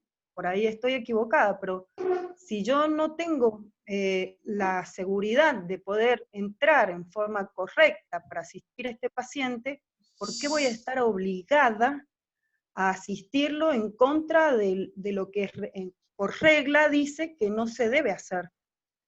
¿Me comprendes? Sí, ¿Se entiende lo que quiero preguntar? sí, sí. Bueno, a ver, vuelvo un poquito sobre lo que ya dije. En el mundo hay dos posturas. Y empecé a propósito, hablando de las perspectivas profesionales y de las puestas en común, aunque no es una cuestión tan jurídica, porque en definitiva se termina convirtiendo en una cuestión jurídica. ¿Ah? Generar una perspectiva común se termina convirtiendo en una cuestión jurídica. En países con otra ideología, en donde lo que importa por ahí no son las cuestiones tan humanas, impera esa postura que yo les contaba, de que el médico está obligado a atender. ¿Mm? En general. Hay países que sí, países que no, pero en general impera esa postura. Y después hay países en donde otorgan otro valor, digamos, dan otro valor a la vida y cuidan de otra manera a sus ciudadanos, que toman otro tipo de postura. ¿Mm? Esto es lo que se ve en el mundo, digamos. Después yo no puedo, o el derecho, mejor, no soy el dueño del derecho. El derecho después lo que no puede hacer es entrar en la cabeza de cada persona que tenga que tomar una decisión. Por eso a mí siempre me gusta hablar más que de leyes, porque leyes sabe cualquiera. ¿Qué digo con esto? O sea, un protocolo y una ley y un artículo lo puede leer y explicar cualquiera. El tema es el tema es ser capaces de comprender lo que ahí adentro está para alcanzar ese valor de justicia que el derecho persigue, digamos, ¿ah? Eso, de lo justo. Entonces, lo que no puede el derecho, o lo que no puede el espíritu a veces de las leyes, o el espíritu de los protocolos, es entrar dentro de la cabeza de los que deciden. Y ahí, por más redacciones correctas de los protocolos, por más avanzados que estén los protocolos, estas cuestiones pasan. Han pasado acá en San Juan y han pasado en todo el mundo. Esta discusión ha pasado y está pasando en todo el mundo. ¿Cuál es mi opinión? Mi opinión es esta que yo les acabo de transmitir. Si nuestra actuación profesional está adecuada a lo que hubiese hecho el normal, digamos, del colectivo profesional, nosotros no vamos a tener casi posibilidades de ser responsabilizados de algo. ¿Bien? Ahora, para que eso pase, nosotros también tenemos algunas obligaciones y que tienen que ver con que cuando estamos detectando dentro de este saber profesional que tenemos, estamos detectando que alguna cuestión puede no estar siendo desarrollada de la mejor manera, tenemos la obligación de notificarlo a las autoridades. Y esto no lo digo para generar un conflicto. Personalmente creo que no estamos en época de tener conflictos. Sí hay problemas irresueltos, pero creo que no es momento de agrandar estos conflictos. Al contrario, por eso soy una persona que busca siempre tejer estos tipos de puentes. Ahora, la vida hay que cuidarla. Y ahí somos todos responsables. En cuidarnos y en cuidar a los otros. Claro, pero en este caso nosotros también formaríamos parte del riesgo y pondríamos en riesgo también nuestra vida y la del resto. O sea, nosotros seríamos propagación y también podríamos poner en riesgo no solamente contagiarnos, sino enfermarnos y morirnos también. Sí, sí, tal cual, por eso te digo. A ver, el establecimiento de los protocolos en estos casos y todo, cualquier protocolo, digamos, es un esquema de actuación, digamos, es una definición de roles, funciones, digamos, una manera de actuar, una determinación de las maneras que uno debe actuar para alcanzar un determinado fin. Los protocolos que se han determinado ahora tienen el objetivo de que el personal de salud, primero, no se contagie. Esos son los objetivos de los protocolos. Obviamente que después se puede discutir. Yo no soy epidemiólogo, así que no puedo discutir si los protocolos están bien hechos o mal hechos. No sería Sí, sí. bueno ni justo que yo lo haga, digamos. Pero si los protocolos están determinados, nosotros estamos obligados a seguirlos. Si no podemos seguirlos por algún motivo, estamos obligados a denunciar no digo penalmente, digo a notificar. Sí, sí, a ponerlo Que en no, conocimiento de la autoridad. claro, poner en conocimiento de los superiores que que no puedo seguir el protocolo por algo. Porque no tengo un elemento, protección personal, por ejemplo, o porque si seguimos ese protocolo, estamos poniendo en riesgo o al paciente o al personal sanitario. Pero estas son situaciones Muy bien. tan puntuales, digamos, que tienen que ser analizadas en el momento. O sea, es muy difícil desde afuera analizar. No sé si se entiende. Ok. Liliana, Sí, sí, sí, sí. Liliana, ¿estás por ahí? ¿Se escucha, Javi? ¿Se Excelente. escucha? ¿Se escucha, Javi? Sí, se escucha bien, Lili, te escuchamos. Bueno, en realidad prácticamente creo que está contestada la pregunta. Quedaría un detalle nomás a partir de la respuesta del anterior. Época de los protocolos son guías que se elaboran para adherir por el bien del paciente y para unificar un tratamiento, un algoritmo diagnóstico o lo que fuere. Ahora en épocas de pandemia fundamentalmente de una enfermedad nueva y desconocida, que va cambiando de sitio en sitio en un país tan vasto como el nuestro, geográficamente hablando, con realidades epidemiológicas diferentes, el hecho de la adherencia a un protocolo determinado que puede también modificarse a breve plazo o estar siendo modificado en el momento en el que yo estoy definiendo seguirlo o no, como está ocurriendo ahora con alguna medicación indicada para COVID-19, la pregunta es, legalmente, ¿la adherencia o falta de adherencia a estos protocolos en época de pandemia se evalúa de la misma forma que a un protocolo de otra enfermedad previamente establecido que todos conocemos y que no se modifica en el tiempo? ¿Hay alguna salvedad? Digo porque mucho se habló de no cumplirse los protocolos. ¿Hay alguna diferencia o salvedad en época de pandemia con la adherencia a los protocolos? Sí, seguro. Mira, te cuento lo que a mí me pasó para que veas que esta es una situación que nos está pasando a todos. Y tiene que ver con esto que decía al principio de la hipertrofia de algunas actividades, como la jurídica, por ejemplo. Cada 5 minutos me llegaba, y Javier es testigo que las primeras semanas de esta pandemia me llegaban, a mí me llegaban miles de cosas, porque estoy en 200 grupos por ahí de todo el país y algunos de América Latina. Me llegaban 200 normativas de todas las provincias, protocolos de actuación, de acá, de afuera, de Chile, de Estados Unidos. O sea, es increíble la cantidad de información. La primera semana, creo que hasta el cuarto día, traté de leer todo lo que me llegaba. Al cuarto, quinto día, ya no sabía lo que estaba leyendo, y al sexto día ya compartía casi sin ver lo que estaba mandando. Incluso en algún momento compartía algo que me había llegado y no lo chequeé y no era correcto. ¿Mm? Correcto. Entonces, ¿qué quiero decir con esto? Obviamente que el establecimiento, la velocidad de la información, la falta de conocimiento que tenemos en algún sentido del desarrollo de esta enfermedad, y este contexto nuevo para nosotros de pandemia mundial, en el caso de que se tengan que juzgar un caso por incumplimiento de protocolo, obviamente desde el derecho, y no puedo asegurar después cómo cada juez tomó la decisión, pero obviamente que esto es una condición o una circunstancia que debe ser tenida en cuenta, porque establecer en un sistema como el sanitario, con la complejidad que tiene el sistema sanitario en nuestro país, con todos los problemas logísticos, organizativos que tienen los sistemas de por sí sanitarios, si yo hago un protocolo hoy, es probable que ese protocolo no llegue en 10 minutos a conocimiento y ejecución de todos los médicos del país o de una provincia. ¿Ah? Es muy difícil. Con lo cual, va a ser bastante normal que haya una brecha bastante grande entre la definición del protocolo y su real utilización, digamos. Y también es muy posible que en el medio, como puede pasar a todos, nos quedemos con alguna idea que no era la más actual.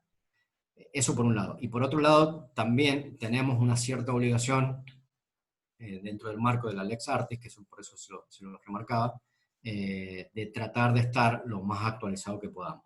Pero sí, efectivamente, a pesar de esta obligación de estar lo más actualizado que podamos, esta circunstancia especial, digamos, que se vive por la pandemia, hace que esta sea una situación, en cierto modo, que no funcione como un agravante, digamos, sino al contrario.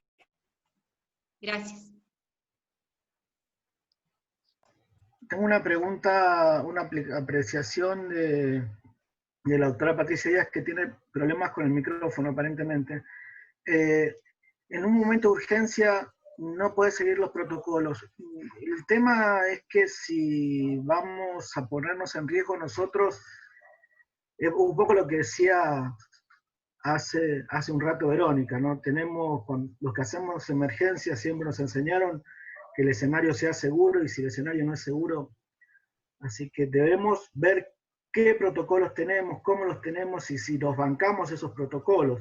O sea, nosotros desde la Sociedad Argentina de Pediatría, por ejemplo, se elaboró una normativa o una recomendación acerca de la reanimación, y no se puede hacer reanimación sin el equipo de protección adecuado. Entonces, seguramente alguien va a decir, pero no vas a reanimar, vas a tardar 2 minutos en vestirte antes de empezar a reanimar a un nene que hizo un paro cardíaco. El protocolo nos dice que no nos podemos poner en riesgo, no solo por nosotros, sino por nuestro entorno también. Entonces, lamentablemente la pandemia cambia la manera de ejecutar la medicina tradicional. No sé si, Patricia, tenés el micrófono como para hablar o... No, seguimos con problemas. Carlos, no sé si estás por allí. Sí, ¿tenés el micrófono, Patricia? Sí, hola, ¿me escuchan? Sí, te escuchamos, ahora sí. Mi pregunta es, cuando hablan de recomendaciones, ¿las recomendaciones son como los protocolos o podés modificar esas recomendaciones dependiendo del lugar donde te encuentres? O sea, de la realidad institucional donde estés. Porque me refiero por ahí a las recomendaciones que te da Salud Pública. Todo eso son recomendaciones. Esas recomendaciones se pueden modificar según el lugar donde estás, según la realidad en donde te encuentres trabajando, o hay que seguirlas como si fuese un protocolo.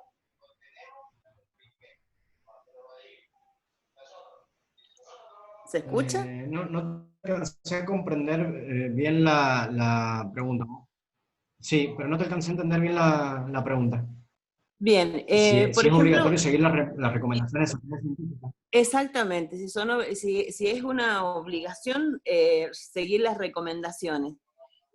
¿A qué me refiero? Por ahí vos nosotros estamos en una realidad en la terapia intensiva, que es lo que yo hago, y por ahí por la infraestructura, por lo que puedas llamarle, quizás podemos modificar eso.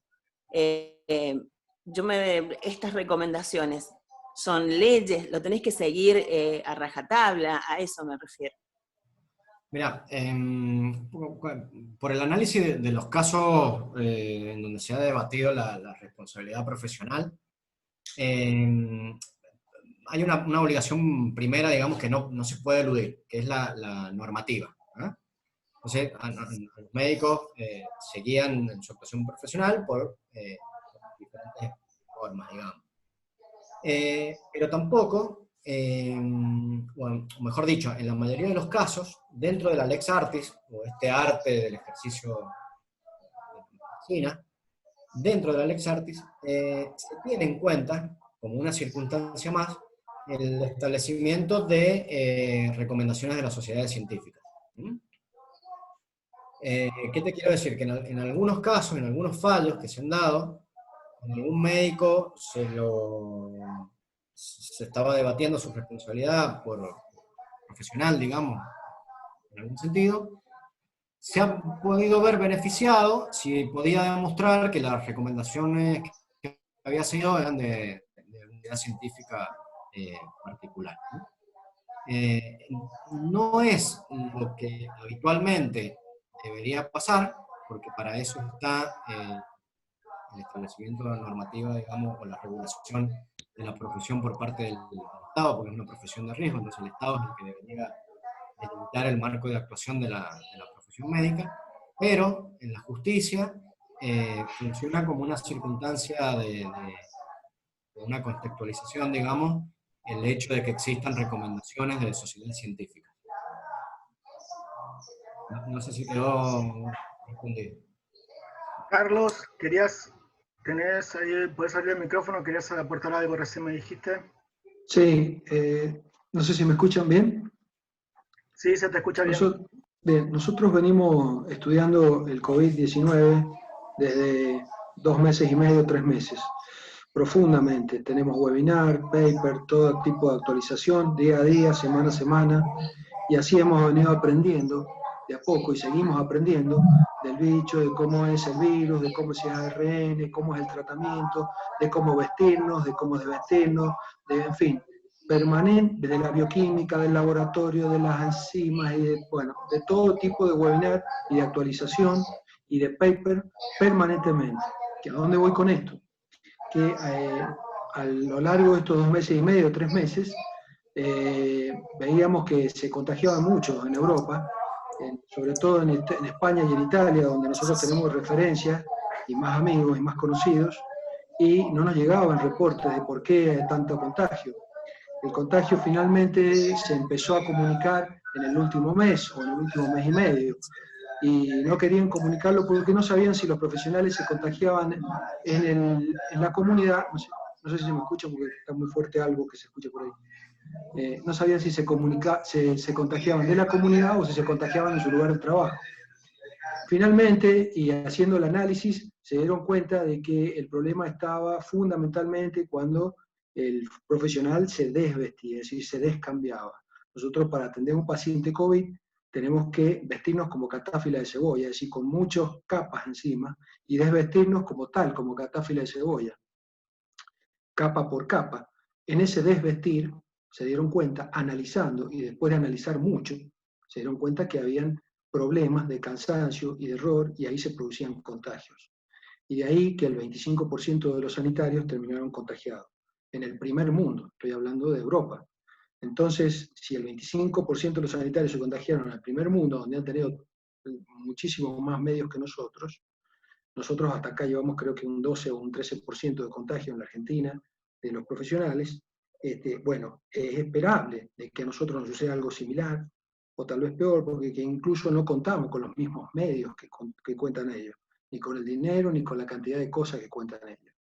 Entonces, yo creo que la justicia debe contextualizar todo esto, debe entender de que esto nosotros vamos aprendiendo día a día, antes de criminalizarnos rápidamente. Tienen que entender que tiene una enfermedad con muy altísima contagiosidad y que puede suceder cualquier error o cualquier problema en cualquier momento, y eso significa dispararse la enfermedad en forma repentina y gravosamente.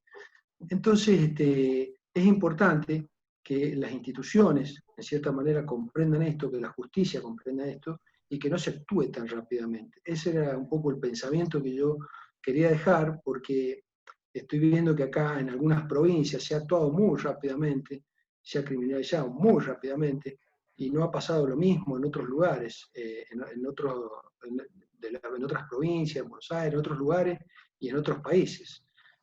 Bueno, un poco ese pensamiento, Marcos, yo no sé si hubo ese nivel de criminalización de los sanitarios en otros países, si tenés idea de eso respecto de tanto América o Europa.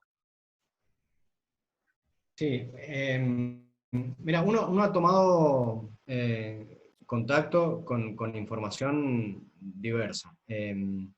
Por eso yo cuando marcaba la delgada línea entre proteger la salud pública y criminalizar el contagio, me estoy refiriendo básicamente a una cuestión de sana crítica, digamos, de sentido común. Obviamente que tenemos que esperar que entre el personal sanitario el contagio sea alto, o sea, nos lo demuestra, no hace falta ser genio, nos lo demuestra la propia experiencia. Y eso tiene que ver porque es un lugar donde el virus va.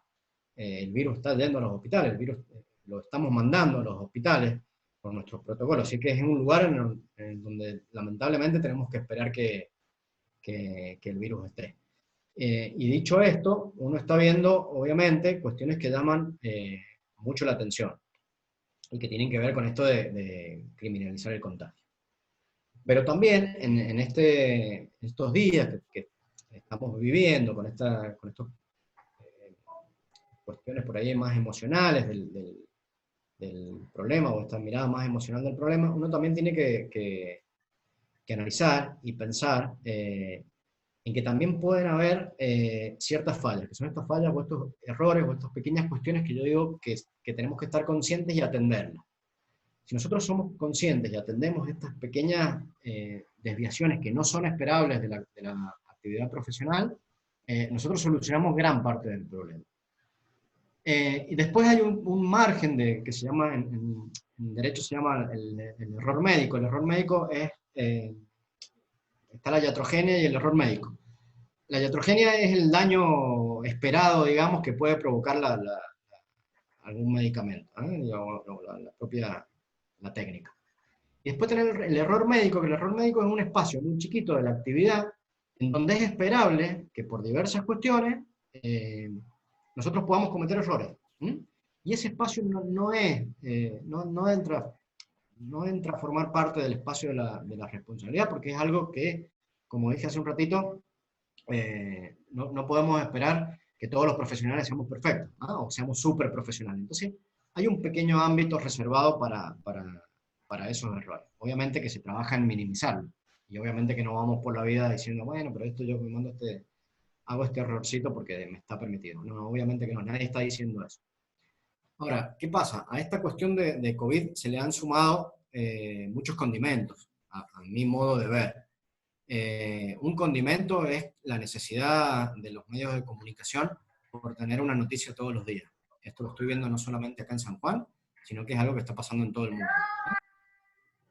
Los medios de comunicación necesitan tener una noticia nueva todos los días, y esto vino al pelo para generar noticias nuevas. Y van encadenándose las noticias una con otra. Eso por un lado. Después otro, el manejo que los ciudadanos en general tenemos de las redes sociales. El manejo que los colectivos profesionales tenemos de las redes sociales. ¿Cómo somos capaces nosotros de defender nuestro colectivo?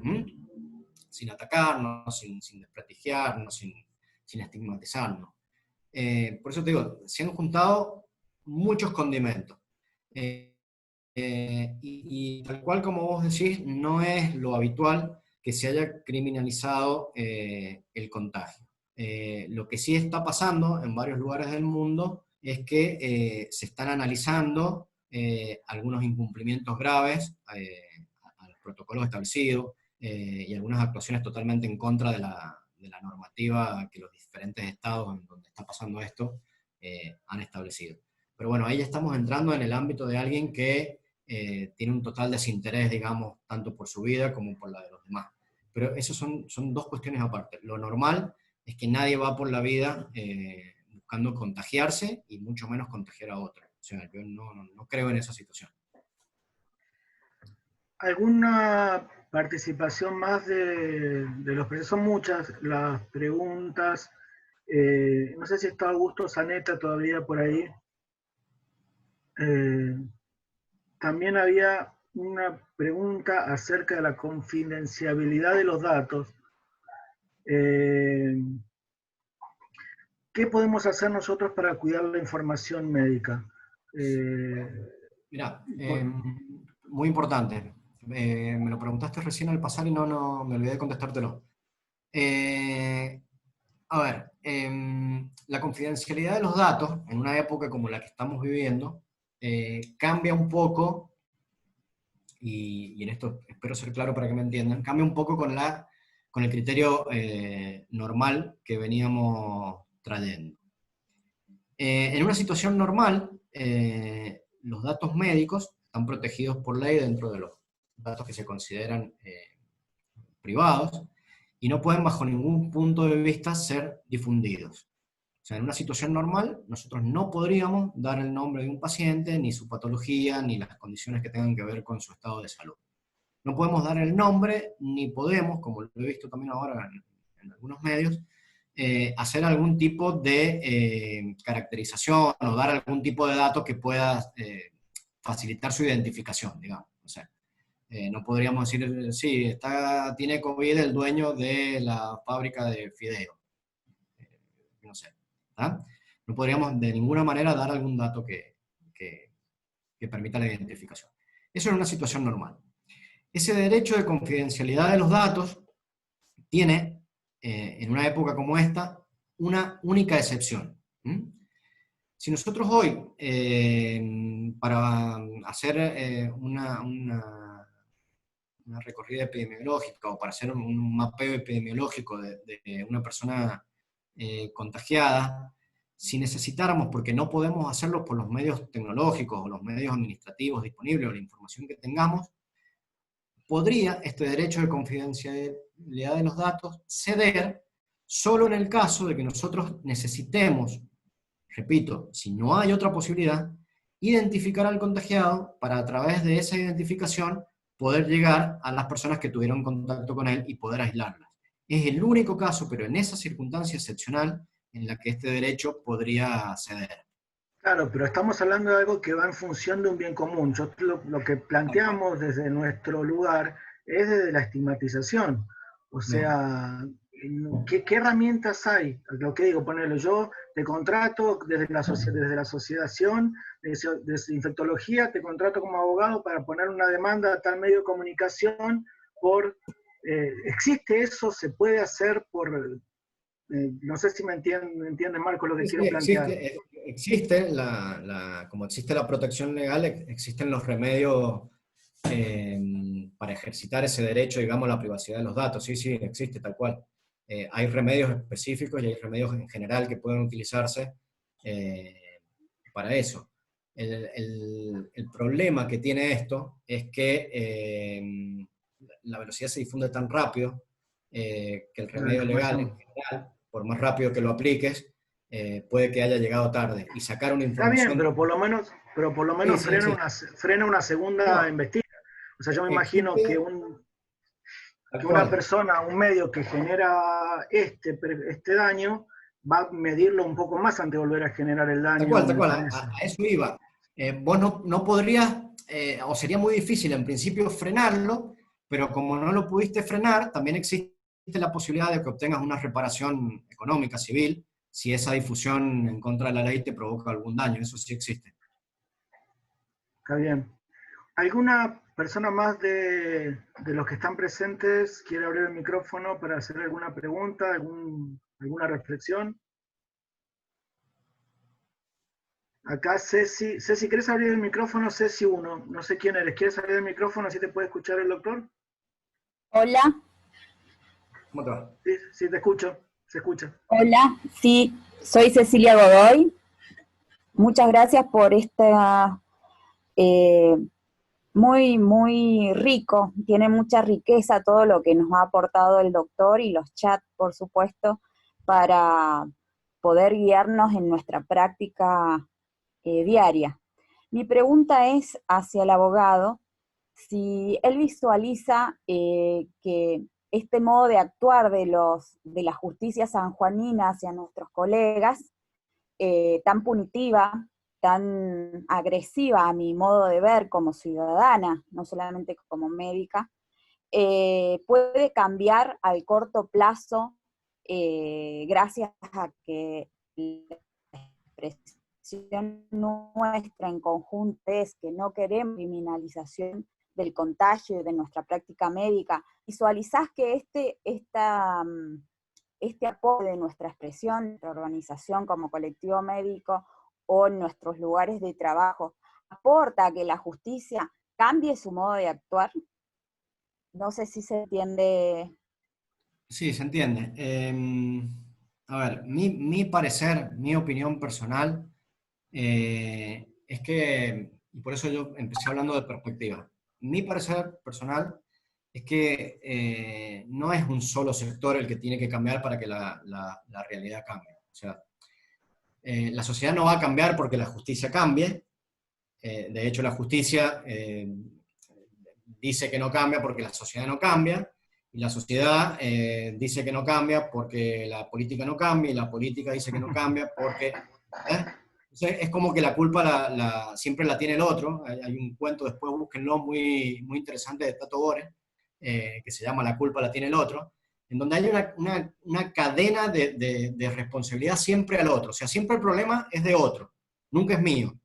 Entonces, si nosotros seguimos manteniendo esa perspectiva de que el problema nunca es mío y que siempre es de otro, eh, yo creo que no vamos a llegar a ningún lado. Entonces, ¿cuál es el trabajo que nosotros, por lo menos desde el instituto que me toca dirigir, pretendemos hacer? Acercar las partes, hacer discusiones comunes, generar ámbitos comunes, en donde las soluciones sean comunes, en donde no sea una solución mía para salvarme yo y el otro no sé qué le pase. Entonces, en ese sentido, nosotros tomamos contacto con algunas asociaciones, tomamos mucho contacto con médicos, desde nuestro instituto forman parte muchos médicos. Nosotros levantamos la voz contra estos sesgos de perspectiva y contra estas miradas más mezquinas, digamos, de los problemas que tienen que ver con la salud. Y mi mirada es una mirada totalmente positiva de que en algún momento va a cambiar. Yo creo que vamos a en algún momento tener que cambiar. O porque todos decidimos ir para un camino de cambio, o porque la realidad en algún momento nos va a dar un cachetazo tan fuerte que no nos va a quedar otra que cambiar. Y COVID yo estoy viendo que ha abierto un poco esos dos caminos. Ha sido un poco una cachetada para muchos sectores, que nos ha obligado a tener que entender rápidamente nuevas cosas. Y en otro lado ha sido también, más allá de que es un problema muy grave, ha sido un nuevo norte, digamos, para un montón de otras cuestiones que no estábamos debatiendo y que eran urgentes. Así que bueno, mi perspectiva es que sí, en algún momento esto cambie. Mira, esto es una cuestión que lo voy a llevar a mi campo personal, pero el año pasado, en una charla que estábamos, en unas jornadas en Chaco, conversábamos con una de las personas, con el doctor Ciro Caldani, que es uno de los abogados hoy vivos más importantes del mundo, y no estoy exagerando, es un abogado rosarino, es una de las mentes más brillantes que tiene este país, y nosotros los más jóvenes le contábamos que veíamos casi con angustia, digamos, con mucho desespero, el aumento en la judicialización de la salud, y no encontrábamos salida, no sabíamos cómo resolverlo. Y el doctor con la paciencia y con la sapiencia que dan quizás los años, pero también la sabiduría que da tener otra mirada, nos dijo que los cambios de paradigma se militan y que no teníamos que tener ningún miedo de enfrentar estas discusiones. Que estas discusiones en algún momento iban a terminar porque lo que estábamos haciendo era militar un cambio de paradigma. Y esto traído hoy a esta cuestión que estamos debatiendo creo que es igual. Lo que nosotros estamos haciendo acá, o lo que deberíamos pretender hacer, a mi modo de ver, es militar ese cambio de paradigma. O sea, no podemos dejar que esta situación vaya para el lado que no queremos. Debemos convertirnos en militantes de un nuevo paradigma, digamos, que nos tenga todos para el mismo lado. Muy bien. Ya estamos cumpliendo las 2 horas de conferencia, Marcos. Ha sido un placer inmenso, como siempre, compartir estos espacios, como decís vos, estos lugares comunes que son imprescindibles, y no estar a las patadas entre uno y otro, porque me parece que no suma nada. Me parece que sí hay que hacer un frente común, sí hay que localizar dónde está lo que daña, dónde está lo que nos rompe como sociedad, y poder desde ese lugar común plantear estrategias concretas para poder cambiarlo, ¿no? No desde el lugar de de la queja en la cual estamos todos todo el tiempo, porque obviamente nos duele, nos molesta, nos quejamos, pero hay que pasar a acciones concretas, y si hubo una explosión, juntemos los pedazos de la explosión, pero evitemos que haya otra explosión. Trabajemos para que haya otra explosión y no nos quedemos en el lamento de la explosión que ya pasó. Me parece que tenemos que juntar, y desde ese lugar agradezco a la Asociación de Terapia Intensiva, agradezco a la Asociación Sanjuanina de Infectología y a la Sociedad de Pediatría, que entre las tres hemos podido generar este espacio. Te agradezco a vos, Marcos, muchísimo el tiempo, estas 2 horas que has estado con nosotros, y a todos los que han participado, muchísimas gracias, y seguimos en contacto. Unas últimas palabras, Marcos, si querés, para cerrar, y ya nos vamos. Bueno, sí, también enormemente agradecido, por eso en 2 o 3 pasajes de la exposición lo dije. Yo agradezco la posibilidad que me dan de seguir aprendiendo, y esta posibilidad de seguir trabajando juntos en una idea que no es mía, obviamente. Esto del derecho de la salud es una idea del maestro Suro Caldani, es un nuevo desarrollo, es una nueva mirada, una perspectiva más humana del derecho y de la salud. Así que yo soy el agradecido de que me hayan enseñado y de estos espacios. A vos y a todas las sociedades que participaron, muchísimas gracias. Y paso el chivo de que, bueno, que al que le interese esta formulación de políticas concretas o estos ámbitos para discutir las cuestiones que tienen que ver con el derecho a la salud, les paso la invitación, los dejo invitados a participar del Instituto de Derecho a la Salud que hemos constituido en el foro de abogados. Así que bueno, nada más. Muchas gracias a ustedes y quedo a su disposición para lo que necesiten.